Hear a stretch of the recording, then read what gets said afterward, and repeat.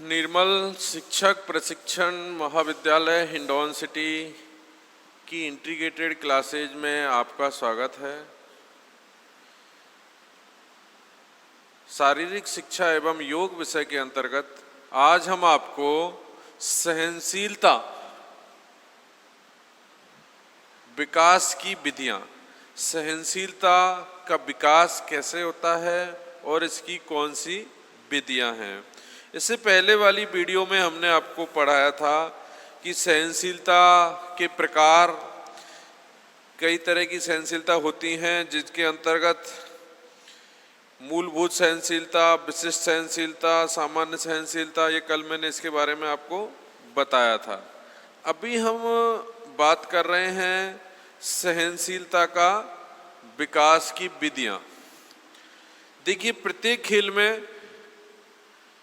जब हम खेल खेलते हैं, चाहे वो दौड़ है, चाहे बॉक्सिंग है, चाहे नौकायन है, चाहे साइकिलिंग है, कोई भी अपन गेम खेलते हैं जिसमें एनर्जी लगती है, ऊर्जा लगती है, तो उसमें दो तरह से विधियों का काम आता है। एक तो ऑक्सी और एक अनऑक्सी। ऑक्सी से तात्पर्य जिसमें ऑक्सीजन का ज़्यादा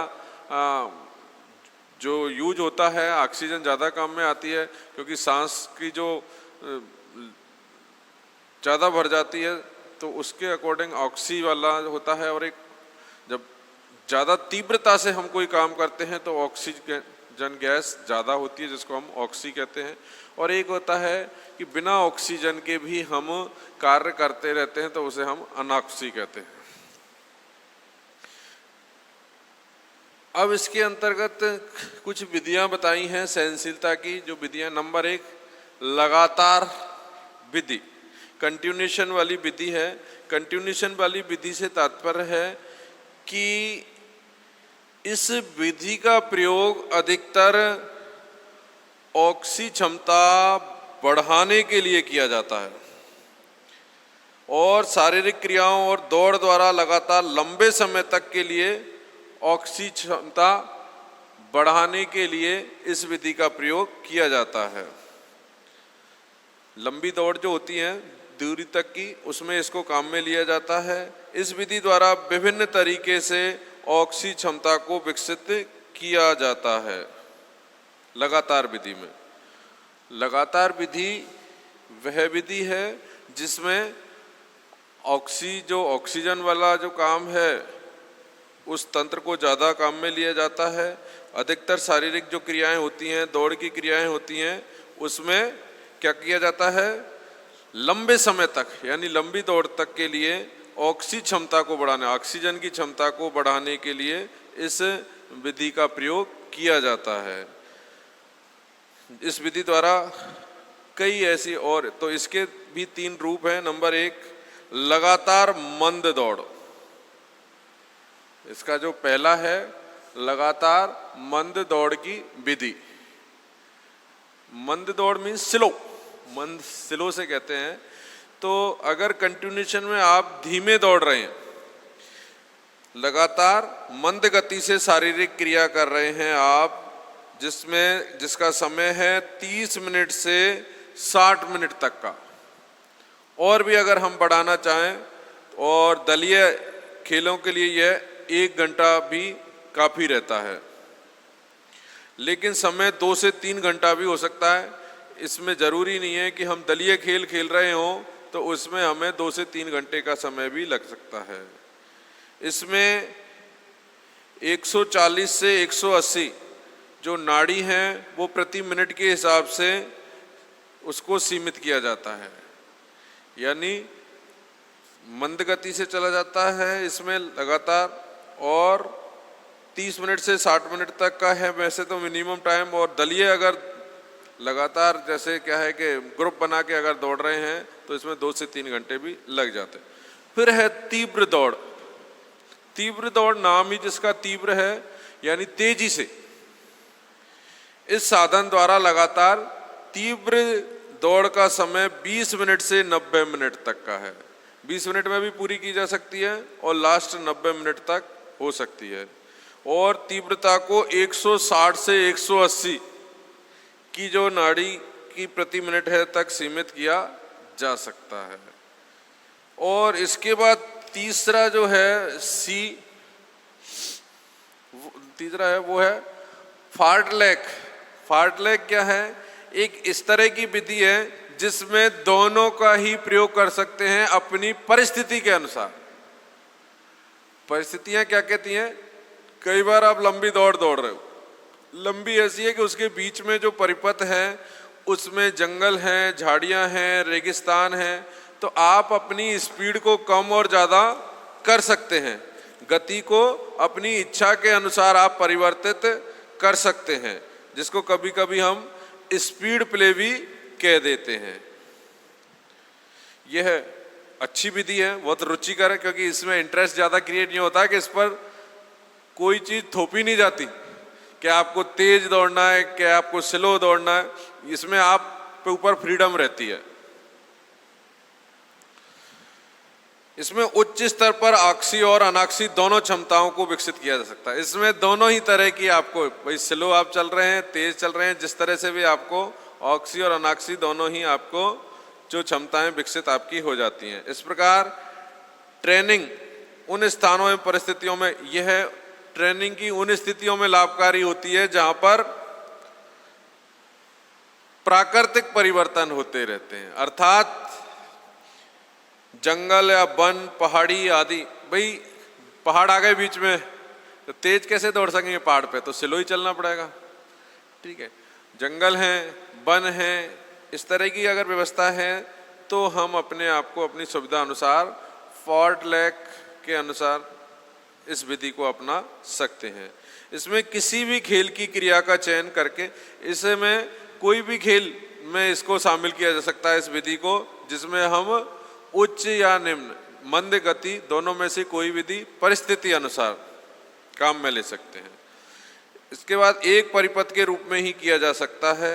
इस विधि को सावधानी रखने योग्य बात यह है कि चयनित क्रियाओं के बारे में पूर्ण रूप से जानकारी और यानी आपको सबसे बड़ी बात यह है कि जिस परिपथ पे आप चल रहे हैं, चाहे पहाड़ी में चल रहे हैं, उसकी पूर्व में जानकारी हो और रचनात्मक आपकी सोच। जैसे आप मान लो आप जहाँ जा रहे हैं जिस उसमें, तो उसके लिए आपको उसी तरह से प्राकृतिक वातावरण के अनुसार अपने को ढलना होगा। जैसे मान लो खड़ी टेक है तो उसके अकॉर्डिंग, या ऊपर से नीचे ढलान में जाना है तो उसके अकॉर्डिंग आपको अपना बैलेंस, अपना संतुलन बनाना होता है। तो इसमें सावधानी रखने की थोड़ी सी बात होती है। इसके बाद है मंद एवं तीव्र दौड़। यह बहुत कठिन विधि है। ये दोनों एक साथ चलने वाला, जिसमें ऑक्सी और अनॉक्सी क्षमताओं की ट्रेनिंग के माध्यम दोनों ही एक साथ दी जा सकती हैं। इसमें उच्च चाल की क्रियाओं को करने से अनॉक्सी क्षमताओं को विकसित किया जा सकता है। उच्च चाल में भी अनॉक्सी क्रिया हमें विकसित हो जाती है, और ऑक्सी क्षमताओं का विकास निम्न चाल के साथ किया जा सकता है। यानी मंद चाल के साथ हम ऑक्सी क्रिया को बढ़ा सकते हैं। भाई मंद चाल चलेंगे तो ज़्यादा ऑक्सीजन नहीं बनेगी, लेकिन इसमें हम इस तरह, क्योंकि लंबा चलने के बाद हम चाहे वो स्लो चल रहे हैं तो हमें ऑक्सीजन का मात्रा हमें मिल जाएगी और उससे हमारा तंत्र चालू हो जाएगा। ट्रेनिंग से पूर्व नियोजित होना चाहिए हमें, क्योंकि यह आवश्यकता और मांग के अनुसार है कि हमें किस तरह से ऑक्सी तंत्र को काम में लेना है, अनॉक्सी तंत्र को काम में लेना है। ये हमें पूर्व में ही नियोजन इसका कर लेना होता है। सामान्य प्रकार के खेल क्रियाओं में परिवर्तन खेल क्रियाओं की प्रकृति पर निर्भर करता है। अतः विधि द्वारा ऑक्सी और अनॉक्सी दोनों ही प्रकार की क्षमताओं का विकास कर दिया जाता है। कौन से? इसमें मंद एवं तीव्र दौड़ एक साथ जब हम दोनों करते हैं तो इसमें दोनों का ही विकास कर दिया जाता है। मंद गति से चलने के बाद हम ऑक्सी क्षमता बढ़ा सकते हैं, और तीव्र गति से चलने के साथ हम अनॉक्सी क्रिया भी क्षमता को भी हम प्राप्त कर सकते हैं। इस विधि के समय की अवधि 20 से 90 मिनट और तीव्रता 140 से 180 नाड़ी प्रति मिनट। कुछ खेलों में इसकी तीव्रता 180 प्रति मिनट से अधिक हो जाती है। इसके बाद ये तो हो गई फर्स्ट विधि, जिसका नाम है लगातार विधि। लगातार विधि की लगातार मंद विधि दौड़ की, लगातार तीव्र दौड़ विधि, फार्टलैक और मंद व तीव्र दौड़। इसके बाद दूसरी आती है अंतराल विधि। अंतराल विधि नाम ही जिसका अंतराल है, कैसे कहते हैं अंतराल? As a rest, as a recess, यानी थोड़ी देर के लिए आप विश्राम कर सकें, उसको हम अंतराल कहते हैं। अंतराल विधि का क्या रोल है? इसमें भी हम समय अवधि का रहता है। इसके दो रूप हैं, एक तो एक्सटेंसिव अंतराल और एक इंटेंसिव अंतराल। समय अवधि के अनुसार अंतराल की 3 भागों में बांटा है। पहला है सूक्ष्म अवधि अंतराल। सूक्ष्म अवधि यानी कम समय के लिए आपने अंतराल लिया है, जिसकी टाइम लिमिट भी है। कितनी? 15 सेकंड से 2 मिनट तक, यानी थोड़ी देर के लिए आपने एक अंतराल लिया है क्षतिपूर्ति का, और उसमें आप अपने आप को रिफ्रेश कर रहे हैं। भाई अंतराल का मतलब होता है थोड़ी देर के लिए रिफ्रेश हो जाना। नंबर 2 पे है मध्य अवधि। मध्य अवधि अंतराल यह है 2 मिनट से 8 मिनट तक का।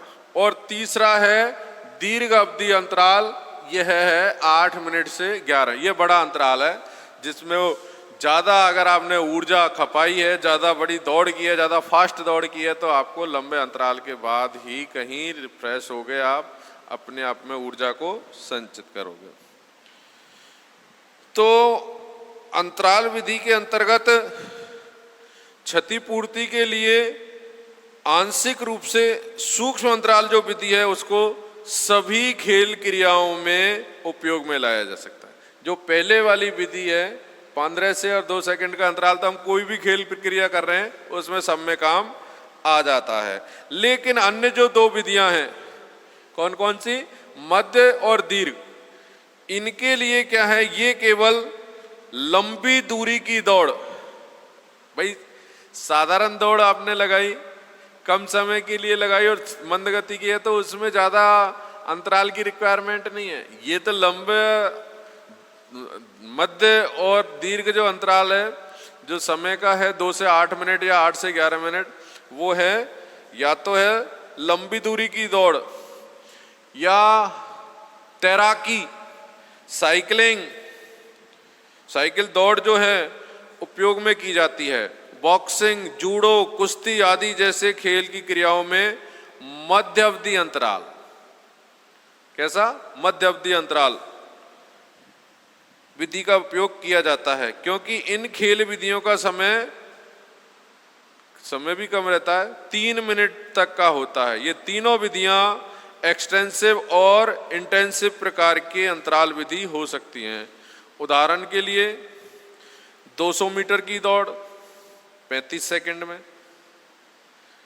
सूक्ष्मकालीन एक्सटेंसिव अंतराल विधि के अंतर्गत आती है। और 200 मीटर की दौड़ अगर 27 सेकंड में पूरी कर रहे हैं तो सूक्ष्मकालीन इंटेंसिव अंतराल की विधि के अंतर्गत आ जाती है। इस विधि में परिपक्व माध्यम से अंतराल विधि के अनुसार एक के बाद एक क्रम में हमें लगातार शारीरिक क्रियाएं करते रहने चाहिए। इस विधि में तीव्रता 120 से 180 नाड़ी प्रति मिनट होती है। इस दौड़ की पुनरावृत्ति के बाद 6 से 10 सेकंड के मध्य लेना उचित है। जो अंतराल है 6 से 10 सेकंड का लिया जा सकता है, ठीक है। इस विधि को ऑर्थोडॉक्स प्रकार की विधि भी कहते हैं, जिसे लगातार विधि के बाद में प्रयोग किया जाता है। और तीसरी है जो सबसे इंपॉर्टेंट है, वह है पुनरावृत्ति वृत्ति। पुनरावृत्ति मीन्स बार बार का रिपीटेशन। बार बार का रिपीटेशन से तात्पर्य है कि वास्तव में यह विधि जो है, यह धावकों को, दौड़ने वाले जो लोग हैं उनको अधिकतर वो 95% लोग काम में लेते हैं। कौन सी विधि को? वास्तविक पुनरावृत्ति विधि को। क्योंकि इसमें क्या होता है, वास्तविक पुनरावृत्ति विधि में कि इसमें उच्च तीव्रता होती है, यानी फुल तेजी में दौड़ना होता है। इस विधि को लंबी दूरी के धावक द्वारा उपयोग में लाया जाता है। लंबी दूरी पर दौड़ रहे हैं आप और पूरी स्पीड में दौड़ रहे हैं, तब इसकी वास्तविक पुनरावृत्ति विधि का ये रूप सामने आता है। जब प्रतिस्पर्धात्मक खेल आयोजित हो तो उस समय क्रियाओं को 85% तीव्रता के साथ किया जाता है। यानी जब आप दौड़ की प्रतियोगिता हो रही है, आपकी फास्ट दौड़ है, तो उस समय आप पूरी तरह से, यानी 85%, 15% ही केवल आप अपने आप को रोक पा रहे हैं, उसमें आप अपने आप को स्लो कर रहे हैं, बाकी 85% फास्ट मूवमेंट में दौड़ करना होता है। दूसरी विधि को भी इस कारण उपयोग में लाया जाता है क्योंकि इसमें खिलाड़ी के मनोवैज्ञानिक कारक सुदृढ़ और स्थायी होते हैं, क्योंकि प्रतियोगिताएं अल्प अवधि और दीर्घ अवधि दोनों प्रकार की हो सकती है। दूसरी जो विधि है प्रतियोगिता या प्रयास विधि, इसमें भी हम जो अल्प अवधि की, कम समय की और दीर्घ अवधि की दोनों तरह की प्रतियोगिताओं को हम ले सकते हैं। जैसे 1500 मीटर की दौड़ भी हो सकती है, 800 मीटर की दौड़ में भी वह भाग ले सकता है। इसी प्रकार 5000 मीटर की दौड़ में भी भाग ले सकता है और 10,000 मीटर की दौड़ या मैराथन में या फिर दलीय खेलों के नियमों में भी के परिवर्तन में भी भाग ले सकता है। इस प्रकार बास्केटबॉल का खिलाड़ी भी इसमें भाग ले सकता है, हैंडबॉल के आदि जैसे खेलों को में भी ये भाग ले सकता है। कहने का तात्पर्य ये है कि इस पुनरावृत्ति जो विधि है, इसमें प्रतियोगिता या प्रयास के माध्यम से हम अल्प अवधि और दीर्घ अवधि दोनों तरह की जो प्रतियोगिताएं होती हैं उनमें हम पार्टिसिपेट कर सकते हैं। कहने का तात्पर्य, ये जो विधियां मैंने आपको बताई 3 विधि हैं, जिनके अपने अपने दोबारा एक बार मैं रिपीट कर देता हूँ। लगातार विधि, लगातार मंद स्लो करके चलना होता है, दौड़ना होता है। लगातार तेज दौड़ना होता है, फास्ट लेग समय एवं परिस्थिति के अनुसार चेंज हो जाता है। और मंद व तीव्र दौड़, यानी इसमें ऑक्सी और अनऑक्सी दोनों तरह को आप मिक्स करके चल सकते हैं, क्योंकि तीव्र दौड़ने के बाद में हम अनऑक्सी क्रिया को तंत्र को काम में ले सकते हैं और स्लो दौड़ने के बाद भी हम ऑक्सी क्रिया को भाग ले सकते हैं, तंत्र को मजबूत कर सकते हैं। ठीक है। और इसके आगे देखिए, इससे आगे सहनशीलता का जो मैंने अभी आपको बताया था, सहनशीलता के विकास की विधियां, अब है सहनशीलता को निर्धारित करने वाले कारक कि कैसे निर्धारित होती है सहनशीलता। अर्थात सहनशीलता का जो हमने अर्थ बताया तो उसमें यही है कि थकान के समय भी काम करने की जो स्थिति है वो सहनशीलता कहलाती है। ठीक है।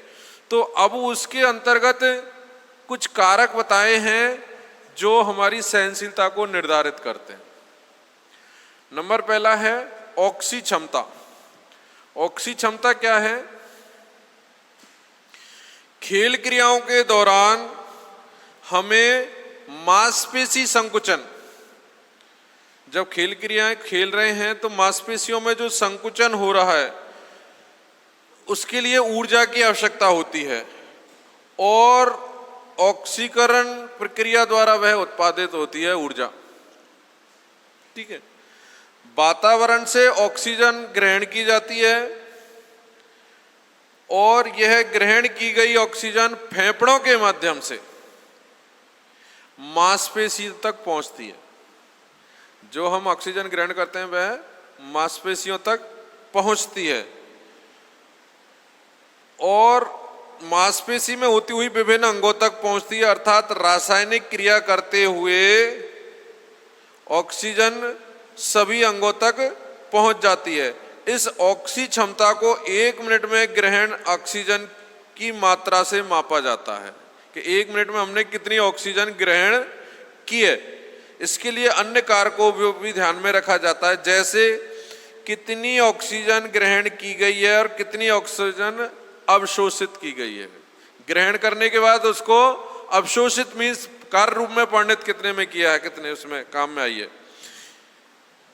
इसके साथ में ही कितनी ऑक्सीजन मांसपेशियों में स्थानांतरित हुई है और कितनी ऑक्सीजन की मात्रा क्रियाओं के लिए स्थानांतरित हुई है। उपयोग में इस ग्रहण की गई ऑक्सीजन की मात्रा से सहनशीलता का निर्धारण होता है। जो ऑक्सीजन हमने ग्रहण की है इससे ही हमें हमारी सहनशीलता का निर्धारण होता है। अतः खिलाड़ी द्वारा जितनी अधिक ऑक्सीजन ग्रहण की जाती है उसकी उतनी ही कार्य क्षमता बढ़ जाती है। ऑक्सीजन का प्रयोग फेफड़ों के माध्यम से, सांस के माध्यम से आप जितना ज्यादा करोगे आपके अंदर ऊर्जा उतनी ही बढ़ जाएगी। सहनशीलता की जो आपके अंदर एक बात बताई गई है जिससे आप थकते नहीं हैं, थकान में भी आप कार्य करते रहते हैं, वो तभी बढ़ेगी जितना हम ऑक्सीजन को ग्रहण करेंगे। उसकी उतनी कार्य क्षमता और सहनशीलता उतनी ही अधिक मात्रा में होती है।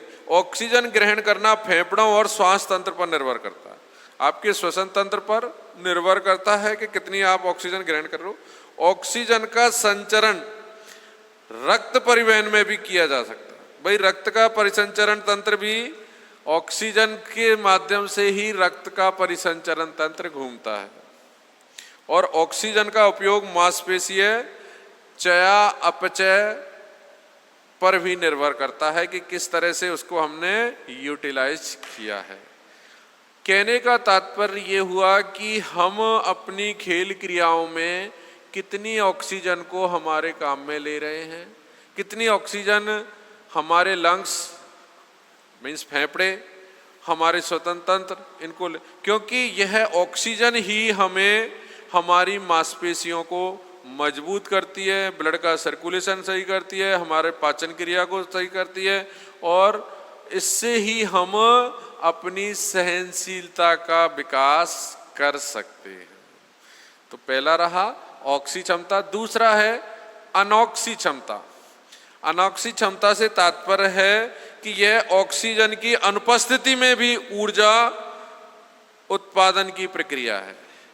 भाई ऑक्सीजन से तो ऊर्जा मिल ही रही है लेकिन बिना ऑक्सीजन के भी ऊर्जा मिलने की प्रक्रिया को हम क्या कहते हैं, अनॉक्सी क्षमता।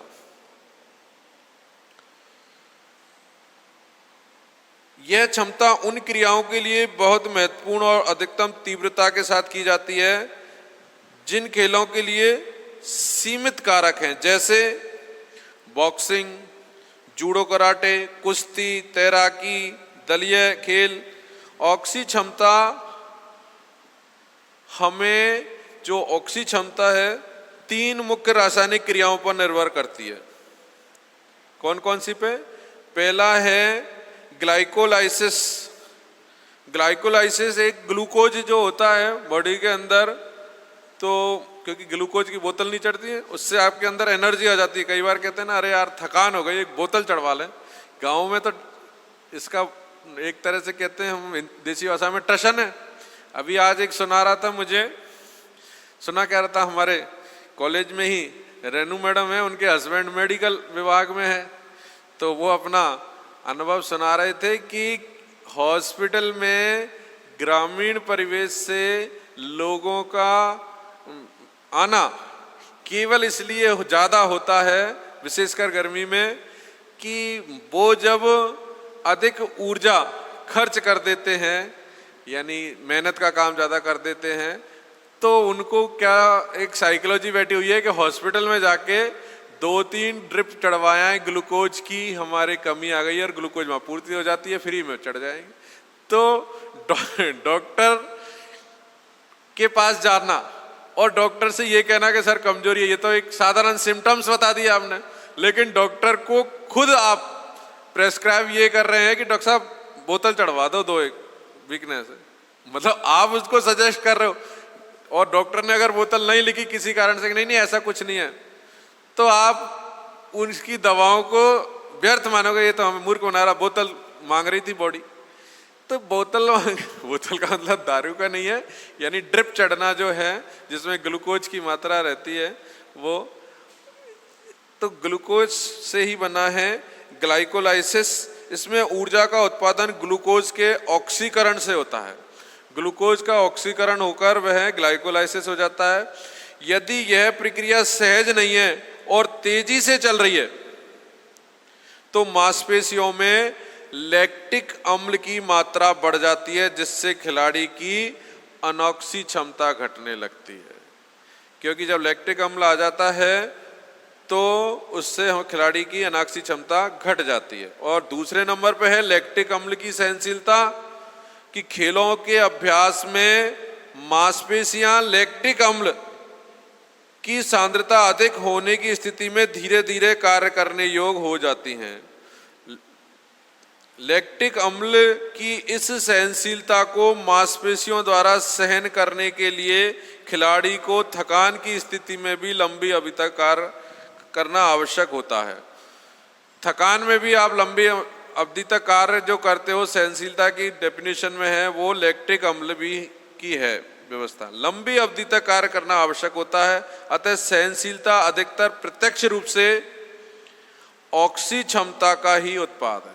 प्रत्यक्ष रूप से तो ऑक्सी क्षमता के उत्पाद से ही आप अपनी की सहनशीलता का डेवलपमेंट कर सकते हो, लेकिन कुछ अन्य कारक भी हैं जिनके माध्यम से सहनशीलता का निर्धारण होता है।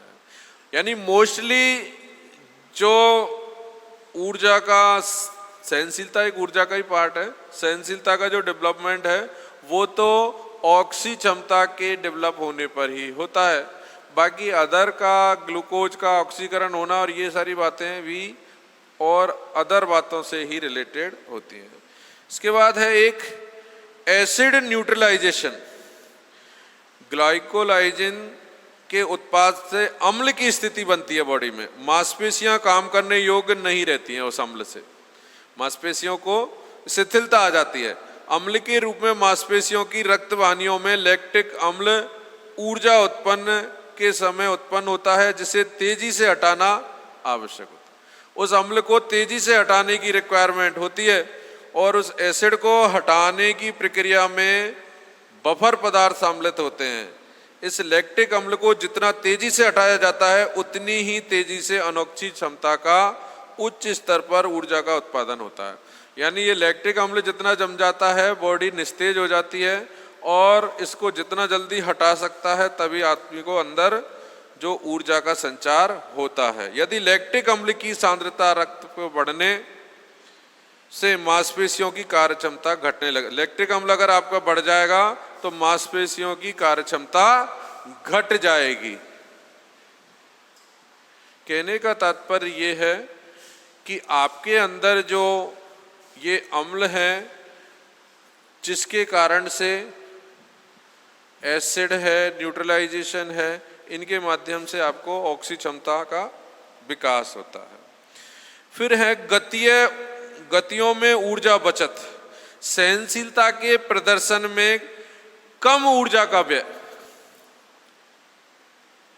करने वाली गतिविधियां महत्वपूर्ण होती हैं। कम खर्च वाली गतिविधियों के द्वारा ऊर्जा, यानी आप कम ऐसे गेम खेलोगे जिसमें ऊर्जा कम खर्च होगी, तो इसके लिए कुछ गेम ऐसे हैं जिनमें थकान, जैसे तैराकी में यदि थकान एकदम सही हो तो 20 से 30% तक की ऊर्जा बचाई जा सकती है, थकान कम है तो।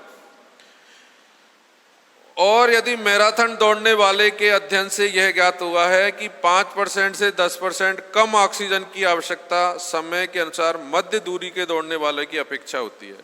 जो मध्य दूरी यानी थोड़ा तेज दौड़ रहे हैं उनसे अपेक्षा जो स्लो दौड़ रहे हैं उनको ऑक्सीजन की आवश्यकता 10% कम होती है।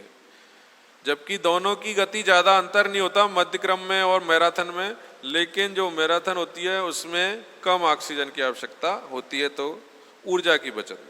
और नंबर 4 है मनोवैज्ञानिक कारक। मनोविज्ञान कारक से यह है कि व्यक्ति जब कोई भी काम कर रहा है, कोई भी क्रियाविधि कर रहा है, उस समय उसको यह एहसास होते रहना चाहिए कि उसको थकान नहीं है। प्रत्यक्ष और अप्रत्यक्ष रूप में उसको ऐसा मानना चाहिए कि वह थका नहीं है। उसकी आत्मशक्ति को मजबूत रखना चाहिए। आत्मशक्ति पर ही निर्भर करता है उसके पे कि वो कितना सहज रूप से काम कर रहा है। ठीक है, क्योंकि मनोवैज्ञानिक तत्वों पर बहुत कुछ निर्भर करता है। खिलाड़ियों में उसकी इच्छा शक्ति, दृढ़ अभिप्रेरणा, दर्द सहन करने की क्षमता, कष्ट महसूस करने की क्षमता, योग्यता, अपने अनुकूल बना लेता है वो उस माहौल को। मनोवैज्ञानिक कारक ये है कि आदमी थकान में भी कार्य करना है, मीन्स आप मनोवैज्ञानिक रूप से यानी मेंटली आप पूरी तरह से मन से एक तरह से परिपक्व हो, तो आपको जरूरी नहीं है कि आप थकान में काम नहीं करो, आप ऑटोमेटिक, क्योंकि आपके अंदर दृढ़ इच्छा शक्ति है, और दृढ़ इच्छा शक्ति जिनके पास है वो कभी भी कोई काम में पीछे नहीं रह सकते। इसके बाद है ऊर्जा के स्रोत। कार्बोहाइड्रेट मांसपेशियों में ग्लाइकोलाइजेशन के रूप में संग्रहित हो जाता है ग्लूकोज का, और मांसपेशियों में ग्लूकोज का सीधा संबंध खेल क्रियाओं से रहता है।